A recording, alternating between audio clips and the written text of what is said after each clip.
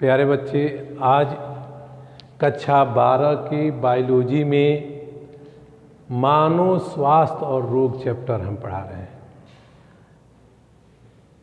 Human health and disease chapter बहुत महत्वपूर्ण chapter है। इसमें शरीर की स्वस्थ दशाएं के बारे में पहले हम जानना चाहते हैं। हेल्थ कंडीशन ऑफ बॉडी के बारे में हम लोग जान लें कि बदलती हुई वातावरण, विभिन्न प्रकार के जलवायु में हमारा शरीर उनके अनुकूल होकर परिवर्तित होकर हमारे शरीर के प्रतिरक्षक कारक उसके अनुरूप में रसायन का स्राव करके अस्थायी दशा बना लेता है। हम स्वस्थ रहते हैं। यदि किसी कारणवश हम विभिन्न वातावरण में गए, हमारा वातावरण परिवर्तन हुआ, हमारे शरीर के जो प्रतिरोधक क्षमता है उसके अनुरूप बदला नहीं, तो हम रोगित हो जाते हैं, रोग के अंतर्गत हो जाते हैं। उसके बाद से बच्चे, शरीर की रोगीले दशाएं क्या है? रोगीले दशाएं वातावरण के परिवर्तन अर्थात रोगाणुओं, धूल के कणों, बाहरी आघातों, तमाम कारणों से हमारे शरीर में विकार उत्पन्न हो जाता है, जिससे हम कोई काम करने में हमारी क्षमता नहीं रहती है, असक्षम हो जाते हैं। जैसे एक उदाहरण ही हम आपको बता दें कि हम दौड़ते हैं, खूब तेज दौड़ते हैं, तेजी से सांस लेते हैं, और जब हम दौड़ के सामान्य अवस्था में आ जाते हैं तो हमारे साथ धीमे धीमे सामान्य स्थिति में आ जाता है। क्योंकि जब हम दौड़ते हैं तो हमारे शरीर में ऊर्जा की आवश्यकता अधिक पड़ता है, और ऊर्जा अधिक आवश्यकता पड़ता है तो हम सांस लेते हैं जल्दी जल्दी, तो उसमें ऑक्सीजन हमारे शरीर में जाता है, और ऑक्सीजन जाता है तो हीमोग्लोबिन से मिलकर ऑक्सीजन ऑक्सी हीमोग्लोबिन में बदल जाता है, जो रुधिर परिसंचरण क्रिया के द्वारा प्रत्येक कोशिका में वह ऑक्सीजन जाता है। और जहाँ माइटोकॉन्ड्रिया होता है, माइटोकॉन्ड्रिया उस ऑक्सीजन की उपस्थिति में ग्लूकोज का विखंडन कर देता है, जिससे एटीपी ऊर्जा उत्पन्न होता है। उसी ऊर्जा से हम लोग काम धाम करते हैं, जो भी प्रक्रियाएं करते हैं। इसलिए हम बार बार सांस लेते हैं, क्योंकि उसमें ऊर्जा की अधिक आवश्यकता पड़ती है। और जब हम सामान्य स्थिति में हो जाते हैं, आराम करते हैं, तो ऊर्जा हमको हमारे शरीर में कम खपत होता है, तो हम सांस धीरे धीरे लेते हैं। आप लोग ये भी पढ़ेंगे बच्चे कि धरातल पर रहने वाले व्यक्ति को ऊंचे स्थान पर ले जाकर, पर्वत पर ले जाकर रख दिया जाए, तो वह सांस लेने में उनकी कठिनाई हो जाती है। क्यों हो जाती है? वहाँ तो भी आदमी रहते हैं तो वो भी स्वस्थ रहते हैं इनको, क्योंकि वहाँ वायु दाब कम हो जाता है, और जितने हमारे शरीर में धरातल पर आरबीसी रहता है, उससे आरबीसी वहाँ कम पड़ जाता है। तो वहाँ हम लंबा लंबा सांस लिया जाता है, जल्दी जल्दी लिया जाता है। 2, 4, 5 दिन 10 दिन हम रह जाते हैं, तो वह आरबीसी हमारा शरीर उतना मेंटेन कर लेता है, उतना वृद्धि हो जाता है, और फिर से सामान्य स्थिति में सांस लेना शुरू कर देते हैं। इसके बाद से बच्चे हम बताएं कि अगर हम सामान्य स्थिति में हैं और हमारी आरबीसी रेड ब्लड कॉर्पल्स की संख्या सामान्य दशा से भी अधिक है, और वह एक स्थिति में नहीं आ रहा है, उसे बहुलोहिता अर्थात पॉलीसाइथीमियम कहते हैं। पॉलीसाइथेमिया कहते हैं। जैसे अगर किसी व्यक्ति की नाकों से ब्लड आने लगे तो बह रहा है, तो वो कहा जाता है बहुलोहिता, इनकी ब्लड आ रहा है, पॉलीसाइथीमिया होता है। उसी प्रकार यह आरबीसी की मात्रा जब आवश्यकता से अधिक हो जाएगा, उसकी कोई आवश्यकता नहीं है, तो वो भी एक रोग है, बहुलोहिता अर्थात पॉलीसाइथीमिया। ये हो गया रोगों की रोगेली दशाएं। अब रोग संबंधित हम पढ़ेंगे। रोगों के कारण, रोगों के लक्षण,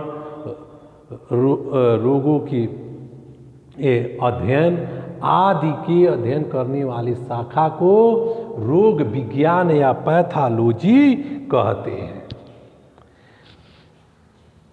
इसके बाद से मूल रोग, रोग विज्ञान क्या क्या पता करता है? मूल रोग, रोग लक्षण, रोग संकेत, रोगों का निदान, उपचार, रोग रोधन, इतना हम जो है रोग विज्ञान में अध्ययन करते हैं। मूल रोग क्या है? ये रोग कब से है, कितने पहले से है, इसका मुख्य कारण क्या है, इसका जानकारी होता है। रोग के लक्षण, या जैसे इसी समय जो है हमें कोविड-19 के द्वारा जो रोग हो रहा है, तो उसकी रोग के लक्षण आप जानते ही हैं। इसी प्रकार सभी रोगों का लक्षण होता है, इसका भी पता लगाया जाता है। इनकी संकेत क्या है, इस रोग का क्या संकेत है ना? खांसी आ रहा है कि सर्दी हो रहा है कि फीवर हो रहा है, ये संकेत है।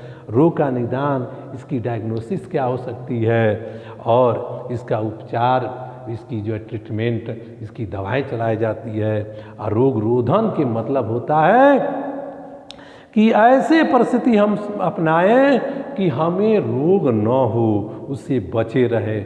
जैसे इस समय हम लोग क्या करते हैं कि कोरोना वायरस से बचने के लिए हम तमाम अपने इम्यूनिटी को सही रखने के लिए तमाम प्रयास कर रहे हैं, उसी प्रकार रोग रोधन होता है कि हम रोगों से बचे। इसके बाद से आपको रोग के प्रकार हम बता रहे हैं। रोग के प्रकार क्या है? रोग निम्नलिखित प्रकार के होते हैं। रोग के प्रकार, पहला आनुवंशिक रोग, आनुवंशिकीय रोग। दूसरा जन्मजात रोग, जन्मजात रोग। तीसरा रोगाणुओं द्वारा रोग,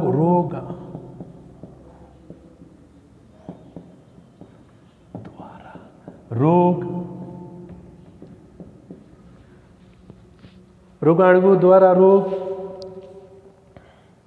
और अंतिम है चौथा जो है संक्रामक रोग। और एक और लिख लीजिए, असंक्रामक रोग, असंक्रामक रोग। इस प्रकार ये जो है रोग है। अब एक एक करके पढ़ेंगे। आनुवंशिक रोग, जेनेटिक डिजीज के बारे में, जो माता पिता से पीढ़ी दर पीढ़ी संतानों में पहुंचता है, वह आनुवंशिक रोग कहलाता है। उसके जन्मजात रोग, कुछ ऐसे रोग होते हैं कि जन्म के समय से ही उसके होता है, उसे जन्मजात रोग कहते हैं और जीवन भर बना रहता है। रोगाणुओं द्वारा होने वाला रोग जानते हैं, रोगाणु जीवाणु है, विषाणु है, कवक है, परजीवी है, ये विष पदार्थ है। ये रोगाणुओं के द्वारा होने वाला रोग है। जीवाणु के द्वारा जानते हैं अनेकों रोग होता है। उसके बाद विषाणु के द्वारा भी रोग होता है, कवक के द्वारा भी रोग होता है, पैरासाइट के द्वारा भी रोग होता है। तो इस प्रकार जो है रोगाणुओं के द्वारा संक्रामक रोग। अब देखिए, वे रोग जो एक मनुष्य से दूसरे मनुष्य में फैलता है, उसे हम संक्रामक रोग कहते हैं। और असंक्रामक रोग, वे रोग जो एक मनुष्य से दूसरे मनुष्य में नहीं फैलता है, उसे असंक्रामक रोग कहते हैं। बच्चे, इसी को आपको चैप्टर में संक्रामक रोग और असंक्रामक रोग को डिटेल करके पढ़ लेना है। अब हम पढ़ेंगे संक्रामक रोग। संक्रामक रोग, इसकी परिभाषा तो आप जान ही गए। अब ये रोग, संक्रामक रोग जीवाणु, विषाणु, कवक, परजीवी आदि के प्रोटोजोआन आदि के द्वारा होता है। जैसे पहला हम जीवाणुओं द्वारा होने वाला रोग द्वारा होने वाला रोग के बारे में पढ़ेंगे। बैक्टीरियल डिजीजेज रोग के बारे में पढ़ेंगे। आप लोग हैजा का नाम सुने होंगे। हैजा, कलरा जिसको हम लोग कहते हैं, विब्रियो कोलेराई नामक जीवाणु से हैजा रोग होता है। यह वायु के द्वारा फैलता है। सपोज दैट कोई व्यक्ति को हैजा हुआ या उल्टी किया या दस्त किया, उसके जीवाणु वायु के द्वारा एक मनुष्य से दूसरे मनुष्य में चला जाता है। आप टाइफाइड के नाम सुने हैं। टाइफाइड, साल्मोनेला टाइफी नामक जीवाणु से टाइफाइड रोग होता है। ये जीवाणु एक मनुष्य से दूसरे मनुष्य में दूषित पानी से, दूषित भोजन के द्वारा, गंदगी के द्वारा फैलता है और अंत में जाकर ये आंतरिक रोग भी, आंतरिक ज्वर भी उत्पन्न कर देता है। तीसरा जो है, आप धनु रोग या टिटनस के नाम सुने होंगे। क्लास्ट्रीडियम टिटिनाई नामक जीवाणु से यह रोग होता है। ये जीवाणु मिट्टी में रहते हैं, गंदगी जगह पर रहते हैं, गोबर में रहते हैं और जब हमारे शरीर में कहीं कट जाता है, फट जाता है, उनके संपर्क में आते हैं तो वो हमारे शरीर में पहुंचकर और हमारी तंत्रिका तंत्र को डिस्टर्ब कर देते हैं, या अर्थात जबड़ा को लाख कर देते हैं। तो इस प्रकार ये जो संक्रामक रोग है, जो पानी के द्वारा, वायु के द्वारा, भोजन के द्वारा, कपड़ों के द्वारा, जैसे माने ये फैलता रहता है। इस प्रकार आपको एक विषाणु के द्वारा होने वाले रोग के बारे में भी बताएं। विषाणु, वायरस, इनके द्वारा भी होने वाला रोग सभी संक्रामक रोग होते हैं। आप लोग चेचक का नाम सुने हैं, आप लोग गलसुआ का नाम सुने हैं जिसको मम्स भी कहते हैं, आप पोलियो का नाम सुने हैं, एड्स के नाम सुने हैं, आप जो है ये कोरोना वायरस जो है ये भी वायरस के द्वारा होता है, कैंसर का भी होता है। ये तमाम जो है रोग, संक्रामक रोग विषाणु के द्वारा होता है। इसी प्रकार कवक के द्वारा होने वाला रोग, कवक, फंगस जिसको कहते हैं, फंगस, इनके द्वारा भी अनेकों रोग होता है। त्वचा रोग खास तौर से होता है, दाद, खाज, खजुली, उसके बाद श्वास रोग होता है, फेफड़ा रोग होता है। बच्चे, ये जीवाणुओं के द्वारा, विषाणु के द्वारा, कवक के द्वारा हम आपको रोग के बारे में बता दिए।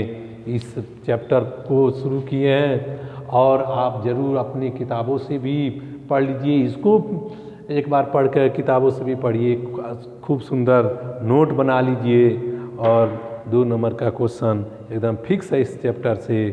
शेष कल आपको पढ़ाएंगे।